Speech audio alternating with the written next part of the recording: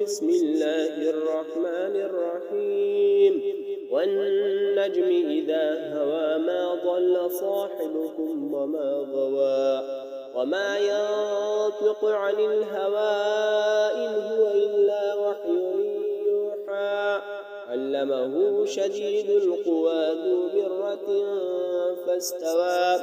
وهو بالأفق الأعلى ثم دنا فتدلى فكان قاب قوسين أو أدنى فأوحى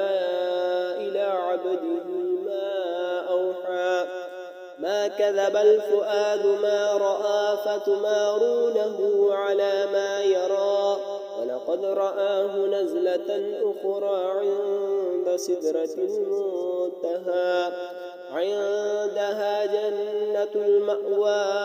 إذ يغشى السدرة ما يغشى ما زاغ البصر وما طغى لقد رأى من آيات ربه الكبرى أفرأيتم اللات والعزى ومناة الثالثة الأخرى ألكم الذكر وله الأنثى تلك إذا قسمة ضيزى إن هي إلا أسماء سميتموها أنتم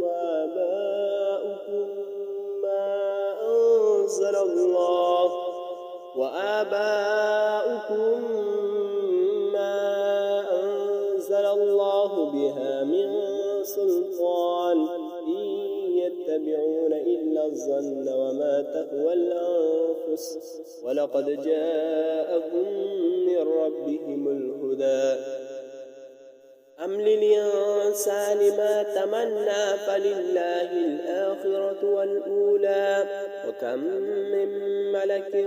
في السماوات لا تغني شفاعتهم شيئا إلا من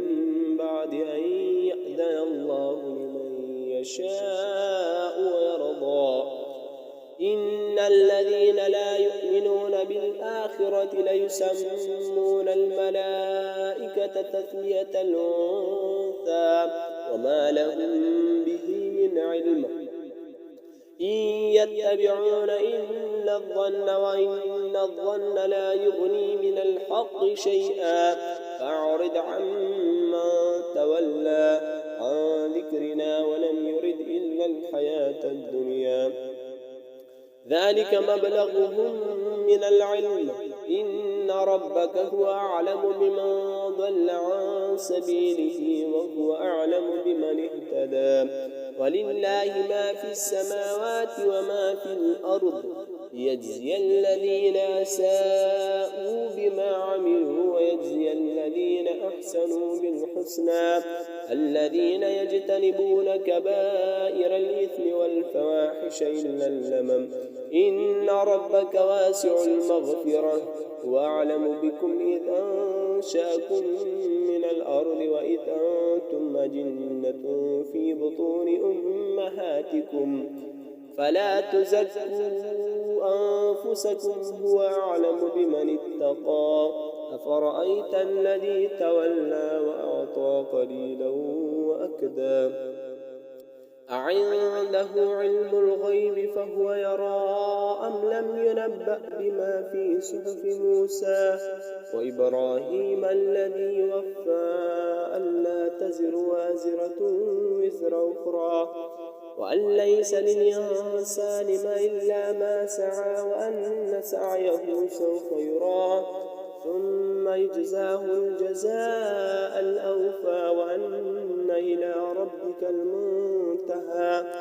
وأنه هو أضحك وأبكى وأنه هو أمات وأحيا وأنه خلق الزوجين الذكر والأنثى من نطفة إذا تمنى وأن عليه النشأة الأخرى وأنه هو أغنى وأقنى وأنه هو رب الشعرى وأنه أهلك عادا الأولى وثمود فما أبقى وقوم نوح من قبل إنهم كانوا هم أظلم وأطغى والمؤتفكة أهوى فغشاها ما غشا فبأي آلاء ربك تتمارى هذا نذير من النذر الأولى أزفت الآزفة ليس لها من دون الله كاشفة أفمن هذا الحديث تعجبون وتضحكون ولا تبكون وأنتم سامدون فاسجدوا لله واعبدوا